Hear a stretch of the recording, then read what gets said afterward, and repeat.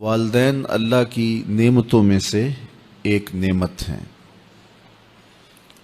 اور یہ کوئی عام اور معمولی نعمت نہیں، یہ اللہ جل شانہ کی بہت بڑی نعمت ہے۔ شجر سایہ دار ہیں، گھنی چھاؤں ہیں، آغوش رحمت ہیں، پناہ ہیں، امان ہیں، حفاظتوں کا حصار ہیں، اور مشکلات، مصائب، آلام کے راستے میں ایک مضبوط ڈھال ہیں۔ اولاد کی خیرخواہی کا جو جذبہ والدین کے سینے میں رکھا گیا ہے وہ کسی اور میں نہیں رکھا گیا۔ یہ ایک ایسے پاکیزہ وجود ہیں جو اپنی اولاد کو اپنے سے آگے دیکھنا چاہتے ہیں۔ یہ انسان کو اس وقت پتہ چلتا ہے جب وہ خود باپ بنتا ہے، جب خود ماں کے روپ میں خاتون ڈھلتی ہے، تو اسے پتہ چلتا ہے کہ یہ رشتہ کتنا گہرا ہوتا ہے۔ اللہ تعالیٰ جل شانہ نے والدین کی صورت میں جو یہ رحمت رکھی ہے، اولاد کو تلقین کی کہ ان کی تکریم کریں، ان کی عزت کریں، ان کے سایہ عاطفت میں آپ رہتے ہیں تو اس صاحبان کی قدر کریں۔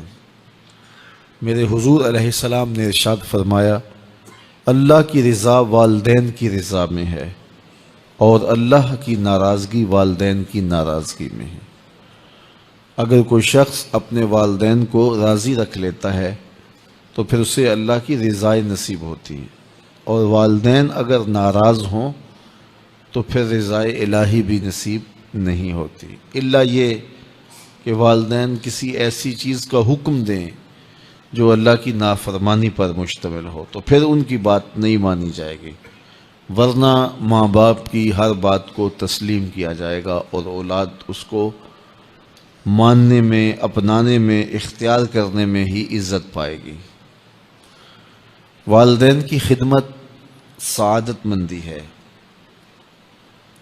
والدین کی خدمت ان کی دی گئی خدمتوں کا بدل بھی ہے، اگرچہ نیم البدل نہیں اور پورا بدل نہیں، لیکن بہرحال انہوں نے جو خدمت کی تو اس کا تقاضا یہ ہے کہ آپ بھی والدین کی خدمت کریں۔ لیکن اگر انہوں نے خدمت نہ بھی کی ہوتی تو پھر والدین ہونے کے ناطے سے بھی لازم تھا، ضروری تھا کہ آپ ان کی خدمت بجا لاتے اور ان کی تکریم کرتے، اور یہ تمہارے لیے، تمہاری دنیا کے لیے، تمہاری آخرت کے لیے بہتر تھا۔ اس لیے بھولے سے بھی کبھی ماں باپ کی نافرمانی نہ کریں، ان کی تکریم کریں، ان کی عزت بجا لائیں۔ ایک شخص اپنے باپ کے آگے چل رہا تھا تو حضور نے ارشاد فرمایا، اپنے باپ کے آگے نہ چلو، اس کو ادب سکھایا، باپ کے آگے چلنے سے روکا۔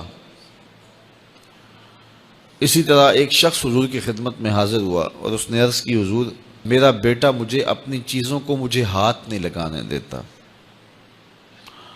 تو فرمایا اسے بلاؤ، تو بلایا تو اس نے کہا یہ میری چیزیں خراب کر دیتا ہے، بوڑھا ہو گیا ہے، اسے پتہ نہیں، تو یہ چیزیں خراب کر دیتا ہے۔ تو حضور کی چشمان سے آنسو جاری ہو گئے، اور حضور نے ایک تاریخ ساز جملہ ارشاد فرمایا، انتا و مالو کا لابی کا، اس کو کہا کہ تو بھی اس کا ہے، تیرا مال بھی اس کا ہے۔ ایک وقت تھا کہ تو اس کی چیزوں کو خراب کرتا تھا اور اس نے کبھی ماتھے پہ شکن بھی نہیں آنے دی تھی، اور آج یہ تیری چیزیں خراب کرنے لگا ہے تو تو بے چین ہو گیا ہے۔ تو خوش دلی کے ساتھ ماں باپ کے ساتھ زندگی گزارنی چاہیے۔ ایک ماں، ایک باپ کتنے بچوں کو پالتا ہے، 5 بچے، 7 بچے، 8 بچے، کتنے بچوں کو وہ پال کے کہاں تک لے جاتا ہے۔ اور پھر جب ماں باپ بوڑھے ہو جاتے ہیں تو 7-8 بچے جن کو پال کے پروان چڑھایا تھا، جوان کیا تھا، اب ان کے لیے اگر وہ ماں باپ بوجھ بن جائیں کہ یہ کس کے ہاں ٹھہریں، تو پھر انہیں اپنے ماضی کی طرف غور کرنا چاہیے، اور اس بات پہ بھی غور کرنا چاہیے کہ کل انہوں نے بھی بوڑھے ہونا ہے، زندگی رہی تو یہ ادھار پھر انہیں بھی چکانا پڑے گا۔ تو ماں باپ کو محبت اور الفت کے ساتھ رکھنا اور ان کی تکریم تعظیم بجا لانا، یہ سعادت مند لوگوں کا شیوا ہے۔ کی تربیت کے جو اجزاء تھے وہ 4-5 ہیں، یعنی ماں باپ، استاد معلمین، ممبر و محراب اور معاشرے کے تمام افراد۔ لیکن معاشرے نے دست برداری کا اعلان کر دیا۔ لوگ کہتے ہیں جی کسی کو کہنے کا دور ہی نہیں رہا۔ یہ بات سننے کو ملتی ہے نا، کسی کو کہنے کا دور۔ آج کل تے اپنے پتر نہیں مانتے جی، کسی نے کیوں کہیے، ہم کیوں برا بنے۔ تو معاشرے نے جو ہے وہ دست برداری کا اعلان کر دیا۔ سکولوں میں، کالجوں میں، یونیورسٹیوں میں استاد پروفیسر وہ بھی کہتے ہیں جی بس وہ تو ہمارے پاس آ کے پیریڈ پڑھ لیں تو یہ بڑی غنیمت ہے، آج کوئی دور ہے کسی کو بات کرنے کا۔ تربیت سے انہوں نے بھی ہاتھ اٹھا لیا۔ مسجد و محراب کے ممبر، انہوں نے بھی دیگر موضوعات اختیار کر لیے اور انہوں نے تربیتی امر یہ بھی چھوڑ دیا۔ رہ گئے اب ماں باپ۔ تو سارے ماں باپ اتنے زیرک اور سمجھدار نہیں ہوتے کہ وہ حکمت کے ساتھ کر سکیں، لیکن جب باہر سے غلط تربیت مل رہی ہو اور معاشرہ ہی جو ہے وہ اس خرابی میں جکڑا ہوا ہو تو ماں باپ کی محنت ضائع چلی جاتی ہے۔ باہر سے بچے جو چیزیں اخذ کر کے آتے ہیں تو وہ ماں باپ کو تو سمجھتے ہیں کہ یہ ان کو کیا پتا، یہ تو دکیا نوز ہے، یہ تو پرانے ذہن کے لوگ ہیں، انہیں کیا پتا۔ تو وہ ماں باپ کی بات نہیں مانتے، شوخ چشم ہو جاتے ہیں، گستاخ اور بے ادب ہو جاتے ہیں۔ اللہ تعالیٰ کسی کو توفیق دے دے اور وہ ماں باپ کی بات مانے اور شرم کرے، حیا کرے، کہ وہ غیرت ان میں ہو، تو وہ ماں باپ کی بات مان لیں تو اچھی بات ہے۔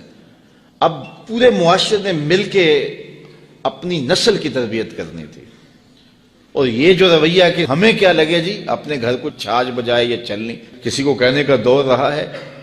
میرے حضور نے ارشاد فرمایا کہ کچھ لوگ مل کے سفر کر رہے تھے اور کشتی میں اپنی اپنی جگہ انہوں نے مقرر کر لی، اپنا بستر لگا لیا۔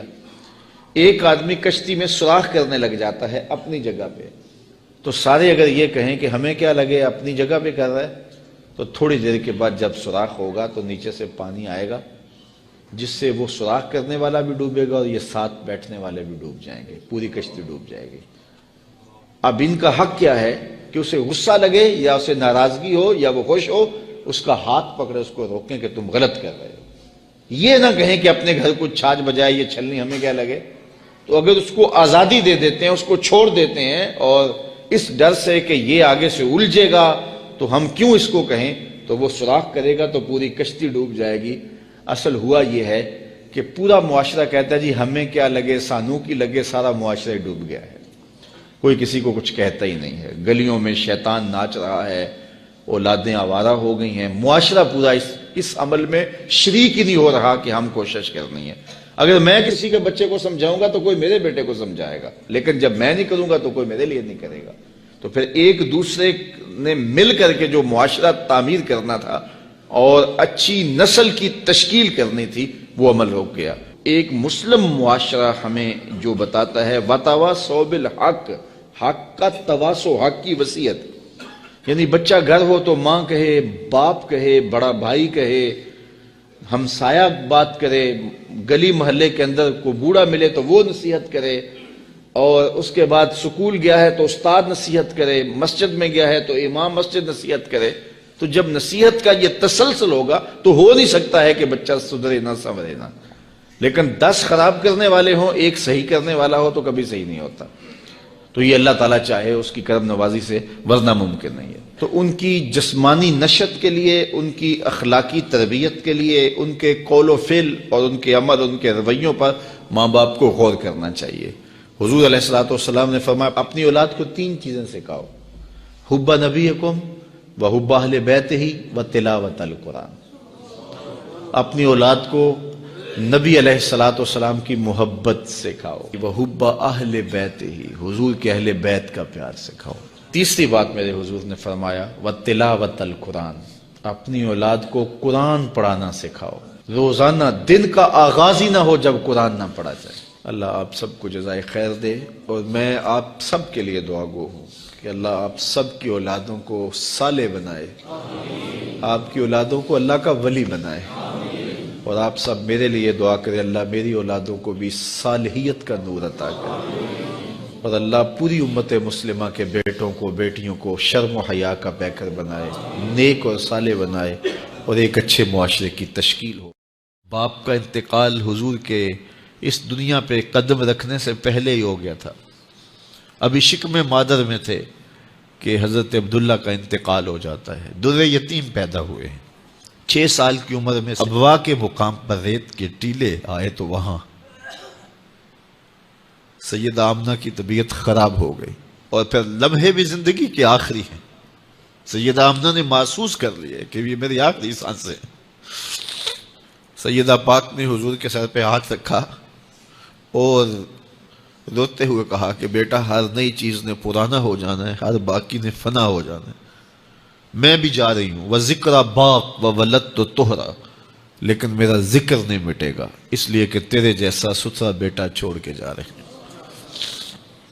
یہ آخری لفظ تھے سیدہ پاک کے کہ سیدہ آمنہ سلام اللہ علیہا کا انتقال ہو گیا۔ خیر حضور ماں سے لپٹ گئے، امی آپ آگے بولتی نہیں ہیں، لیکن خاموش ہو گیا تھا چمن بولتا۔ حضور نے وہیں پھر اپنی ماں کی تدفین کی، تدفین کے بعد ام ایمن کے ساتھ سواری پر بیٹھ جاتے ہیں اور چمٹ جاتے ہیں ام ایمن کے ساتھ، اور وہ جا کے حضرت عبد المطلب کے سپرد کر دیتی ہیں۔ تو حضرت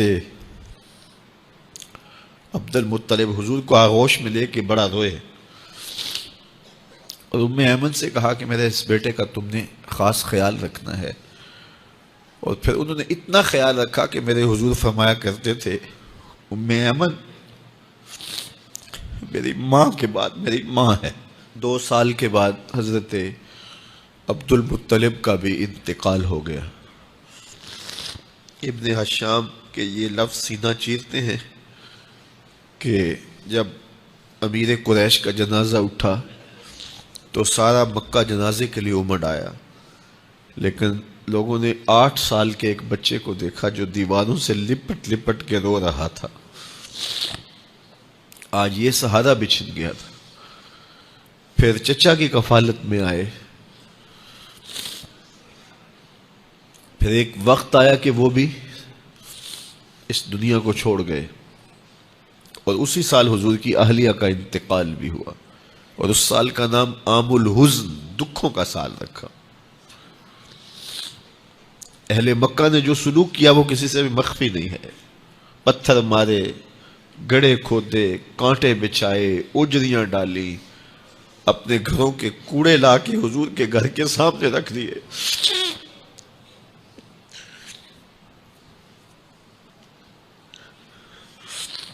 یہ کس چیز کی سزا دے رہے تھے میرے حضور کو؟ میرے حضور علیہ السلام نے پھر طائف کا سفر کیا کہ شاید وہ لوگ میری بات کو سن لیں، لیکن انہوں نے جو دردناک سلوک کیا وہ بھی تاریخ کا ایک انتہائی دردناک باب ہے۔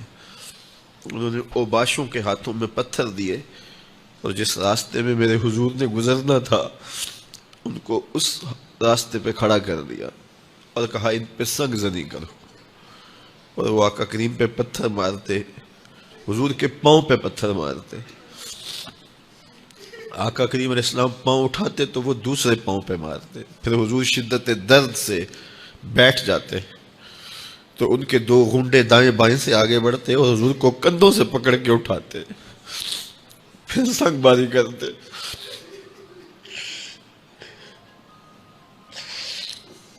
نالین حضور کے خون سے بھر گئے۔ عذاب کے فرشتے حضور کے پاس آئے کہ اگر آپ بد دعا بول دیں تو ابھی ہم ان پہاڑوں کو جوڑ دیتے ہیں اور یہ طائف کے لوگ پس جائیں گے ان پہاڑوں کے درمیان، آسمان سے پتھر اتریں گے، ان کے سر کچل دیے جائیں جنہوں نے آپ کو دکھ دیے۔ اب صحابہ جو ساتھ تھے انہیں بھی شدید آرزو تھی کہ حضور ان کے لیے بد دعا کریں، انہوں نے بڑا دکھ دیا، تو پھر حضور کے ہاتھ اٹھ گئے۔ صحابہ کا خیال یہ تھا کہ ابھی حضور کی زبان کھلے گی اور بد دعا کے لفظ نکلیں گے اور یہ پیس دیے جائیں گے، لیکن جب وہ لب کھلے وہ پتلی پتلی گلے قدس کی پتیاں، وہ لب ہائے دور جب کھلے تو لفظ کیا تھے؟ اے اللہ میری قوم کو ہدایت دے دے، یہ مجھے جانتی نہیں. اور کہا کہ مجھے ان کی نسلوں سے ایمان کی توقع ہے.